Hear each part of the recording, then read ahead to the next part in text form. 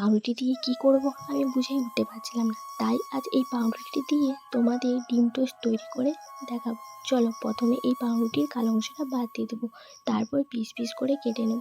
আগে থেকে ডিম, কাঁচা লঙ্কা আমি ফেটিয়ে নিয়েছিলাম।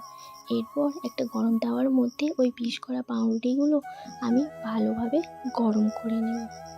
তোমরা চাইলে এই পাউরুটিগুলো গরম করতে পারো। তারপর এই পাউরুটিগুলো আমি একটি পাত্রে তুলে নেব। এরপর ওই গরম তাওয়ার মধ্যে একটু তেল দিয়ে আগে থেকে ফেটিয়ে রাখা ডিমটি আমি দিয়ে দেব।